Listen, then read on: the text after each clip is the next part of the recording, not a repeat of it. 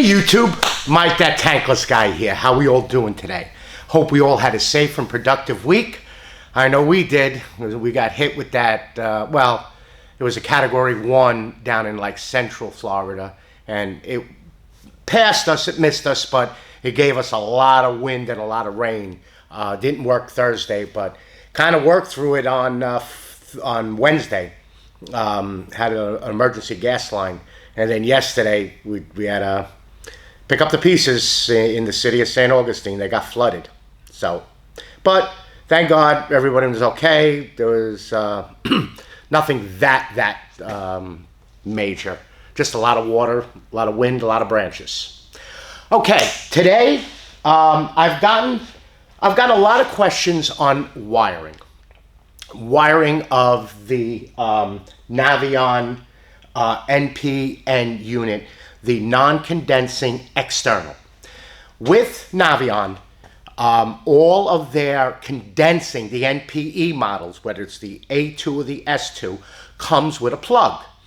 The the universal model, so that's their non-condensing unit, their NPN unit, their internal unit, which can also be used outside with that hood, like I showed you on the last video, comes also with a plug because it's really considered like an inside unit. And then where the Navien, the condensing unit, that is inside outside. So we're going to go over that once we start really with the NPE unit. Okay, so what we have here on the bench is we have an NPN 199 external LP. And I actually had to take it out of the box because everything I have upstairs in the studio is like internal. And I really didn't feel like schlepping this up the stairs today. So we're down here, excuse me, in the actual shop area. So what are you going to find when you take it out of the box? So what you're going to find is, see, what you're going to find is this square white little box. It's got a screw here, a screw here. There's a little, there's a tab. It's like a holding tab on this side, and it's got the 1/2-inch knockout with 2 holes in it. So what are you going to do, and what are you going to find? Well, we're going to keep the camera zoomed in. So let me just, you know what? I'm going to move this camera this way so I am not in the way. Give me a second here to focus. Okay, now, so you're going to remove. Now, I find the best way to do it. See, look at it, talking hands. I find the best way to do this is on the, like we bring like a table. I do it in place, but you've got the water lines in the way, you got the gas line in the way, and then of course it's outside, you got grass, you got dirt, you got mulch, you got all that other BS on the floor. You drop one of the screws and you're looking at it you're looking for it for 20 minutes. Do it on the table. Just like you would put the valve kit unions on, do it all on the table. So you're going to remove your first screw, and again, these are stainless steel screws and they are an American thread. So if you had to run the Home Depot, Lowe's, or Ace, you will be able to get screws for it. And it's the same screws that hold the top case in. So when you take off you're going to find this box. It's got a nice recess in it to accept the wire nuts. And then here, you'll be able to pull out, it's about 4 inches of wire. You have, with a zip tie, you have your black, your hot, your white, your neutral, and your green, your ground. So, what are you going to do? Well, let's bring this camera back. Oh, there it is. See, there's the wires right there. Okay, let's bring this back. Let's bring this up. Bring this over. Hello. All right. What I do is I recycle a lot of these plugs from older Tanklesses. So yes, this is a recycled plug. It's a this would be, let me see, what gauge is this? I'm not sure what this is, to be honest with you. It's indoor, outdoor use, and I think it's 14. Pretty sure it's 14. And it's good for 120 volts 15 amps. All right, so we recycle it to about 5-6 feet long. Now, what do you want to do? You want to strip this end because you want to get enough to get in this box. So now, let's just go over what you're going to find. All right, on a lot of tankless heaters, it might be hardwired. Very few of them are plugged in. I like plug-ins. A plug is considered a disconnect. A switch, which you could find in an in-use cover. So you'll find a switch with one of, inside one of these in-use covers. Or you might find one of those knife switches that you open up the black box or a powder-coated box and you pull out this, it's called a knife switch. And that now disconnects the power. Again, when you're disconnecting the old unit, always check for voltage. I have this Milwaukee meter, which actually will test for voltage.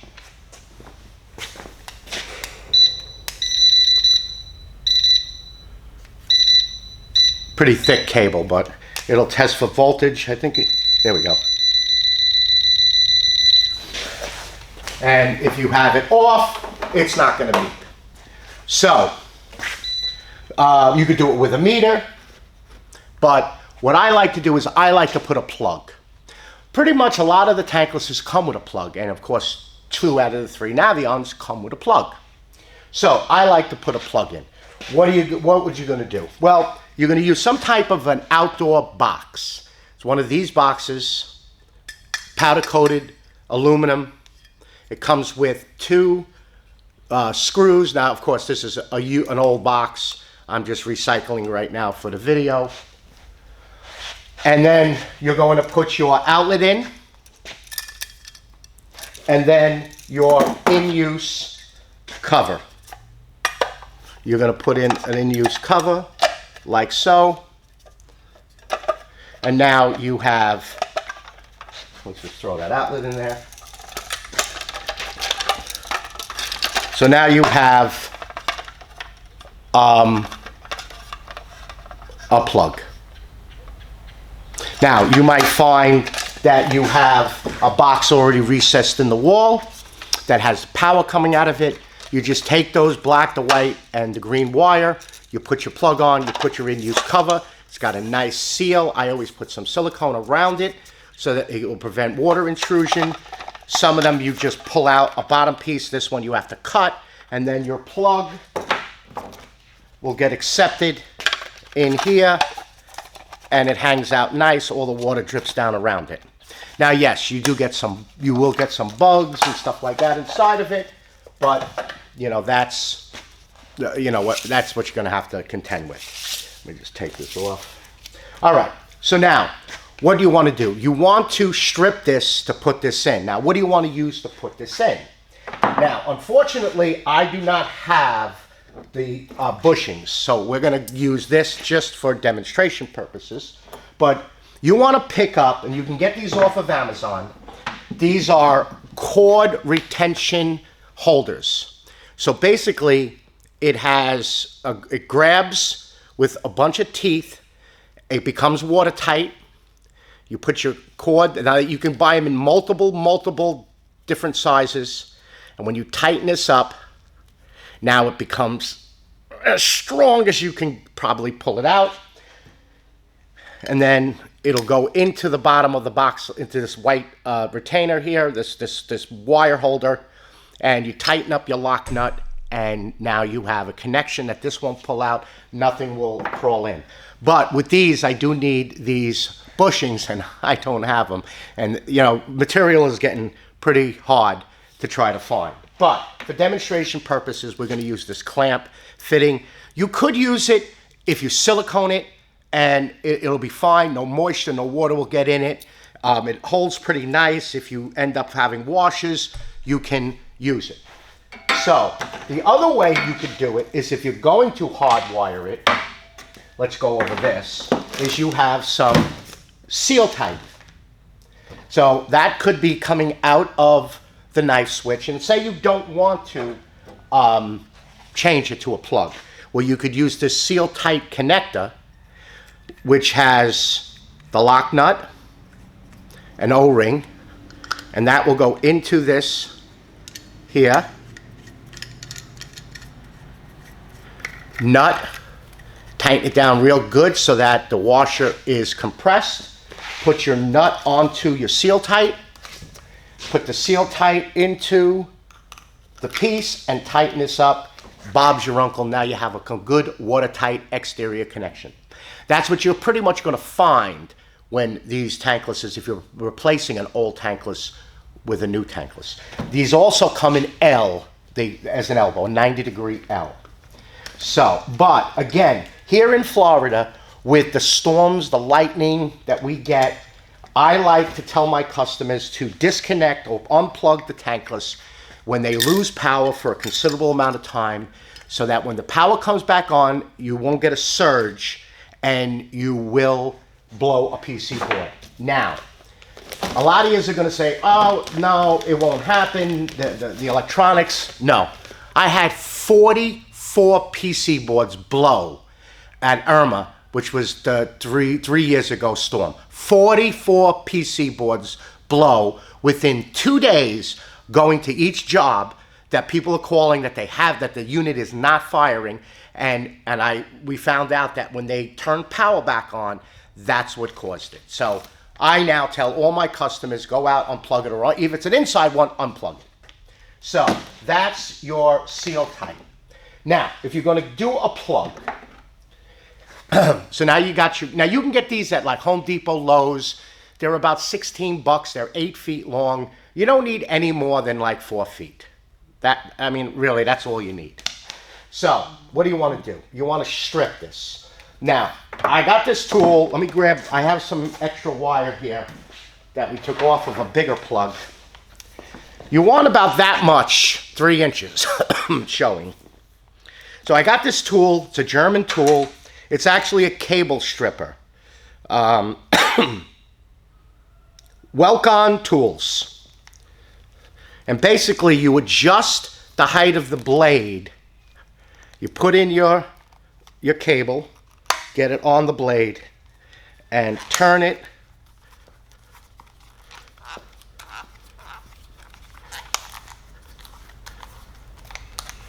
Now I do have this set for sometimes a little smaller.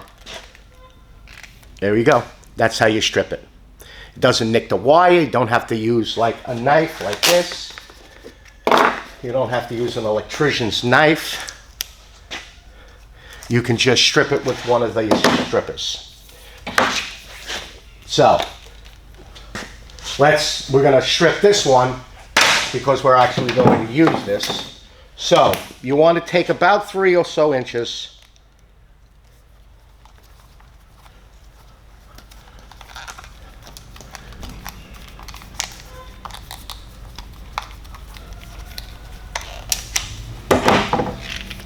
There you go. Perfect. And then we're going to take like I said, we're going to use this just for demonstration purposes right now. Just so that you can see it when it's all said and done.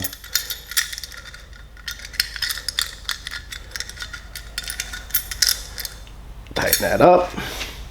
Then you want to push through your wire. You seeing it? Yep.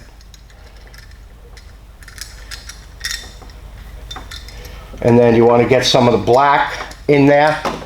So you want about that much of the black in there, so that when you're tightening down, you're actually tightening on the black insulation, not the wire. Now again, like I said, do this on the bench, because all you're going to do is you're going to pull your hair out. And I'm used to it. You know, I'm used to wiring this stuff. But when it's up with the pipes and everything in the way, you'll be pulling your hair out. You want to strip these back a little bit just so that you get enough room in there for wire nuts. And we have our wire nuts. Then strip these down.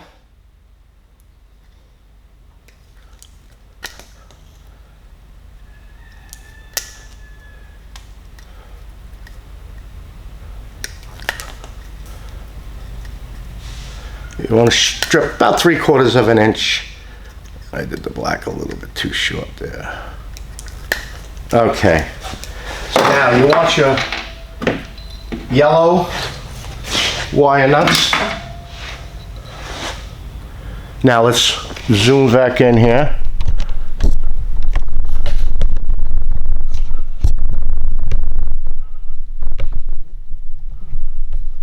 There we go. I got a fly in here now. I do the black first. Also, if you're on the bench, you can lay this down. If not, gravity wants to take this thing down. Now, the wiring on the actual Navien is a soldered end. Sometimes you might have to nip that end off. Or nip a little bit of the end, not nip it off. Now your white, I'm trying to make sure you see this.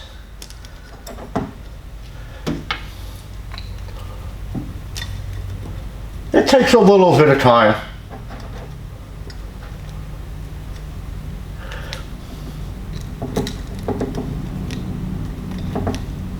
Now your green is very important. Very important. And I'm going to show you a way you could test your ground. Because a ground, whether it's hardwired or plug, is very important to have. And then you put your last, you get the green in there. And you want to tighten these down until you see the wires spin. So there's your connections. Your green, your white, your black. Now, there's a tab right here. That tab is going to go into this, the bracket that holds the bottom of the tankless. So you're going to tuck your wire nuts in, and then you're going to just get this right into this little piece here, and then you're going to line up the screws. So you're going to take your first screw. I always like to do the easiest screw, which is the top screw. There we go. Sorry about the shaking of the camera.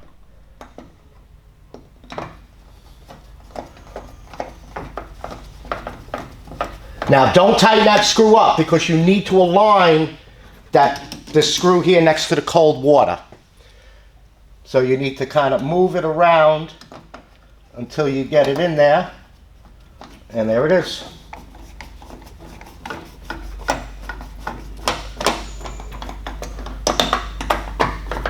Tighten it up. That piece holds it. You can add your silicone if you happen to use one of these in a pinch. And then there's your plug. Let's zoom back out. Now there's your plug. You're done. So now it's all set to be plugged in once you got the water, the gas, everything's set up inside. That's your plug. All right, now, testing for ground. Let me grab my extension cord back again. Like I said, a ground is very important. And I get this like that. All right, this tester here, this is just a General Electric. You can get a Greenlee, Ideal, and basically it's an outlet tester. So if you got just a yellow, you got two orange or yellow lights and a red light. If you plug it in, you got just a yellow light in the middle, it's open ground. All the way to the right is an open neutral. Nothing is an open hot. And then it says hot ground reverse, red to the left.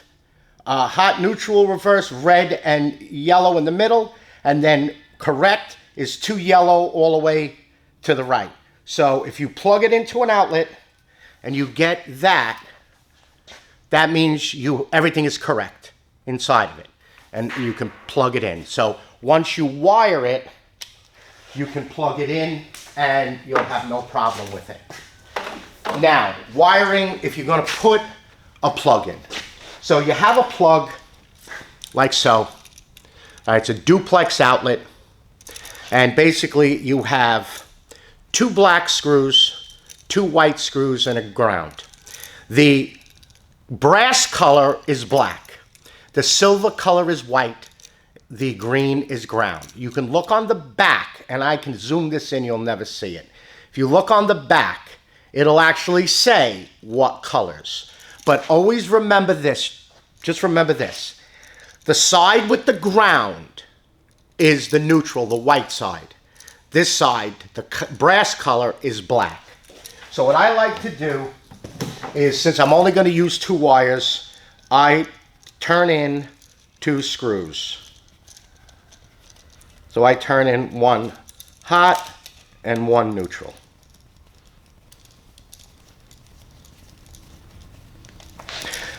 Then we're going to have some wire.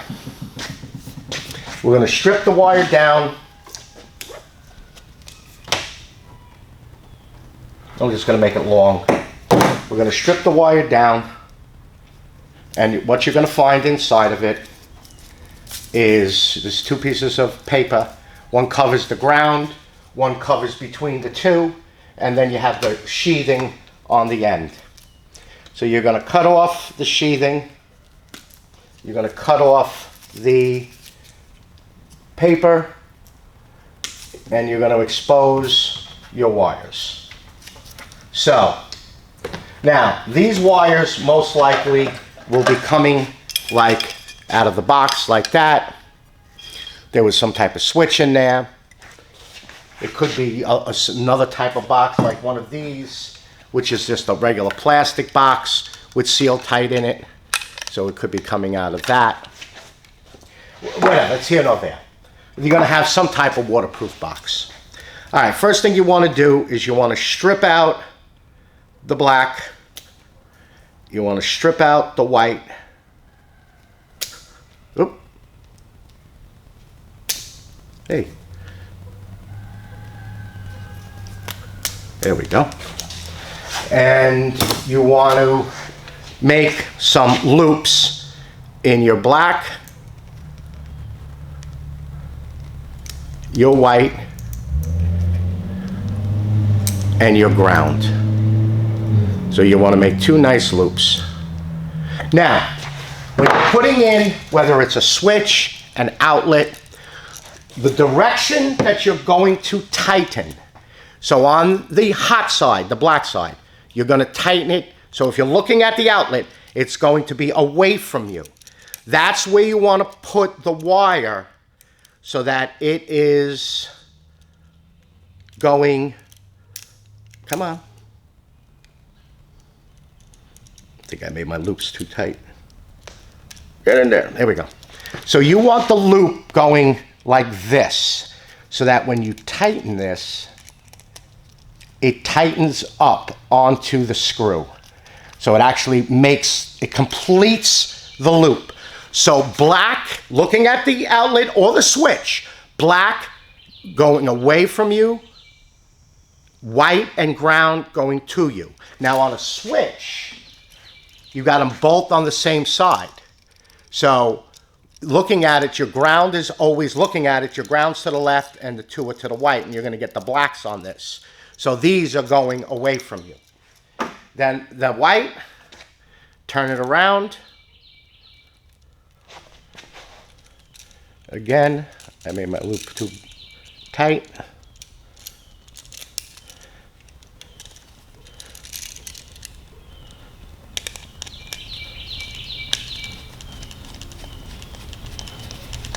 Now, of course, the thicker the wire, the little bit more of a pain in the neck it is.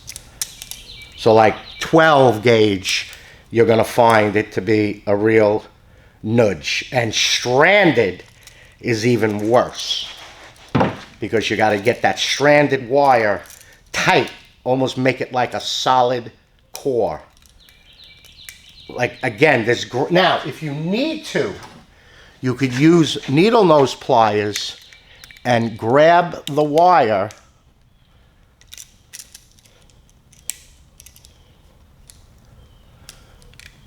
up. There we go. Now you can see it. You grab the wire and you tighten it. Then take your screwdriver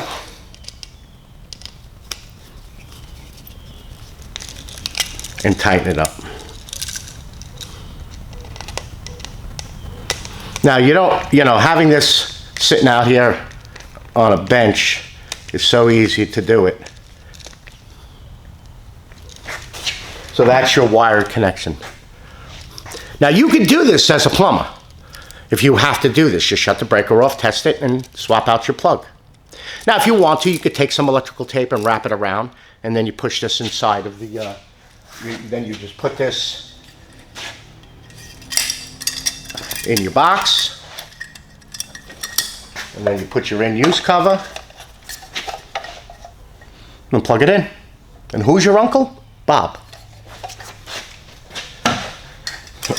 Silicone around the box, silicone a little bit around the in-use cover, and then silicone this. A little bit of silicone is not going to hurt anything. It's only going to help. All right, so I hope this answered a lot of questions.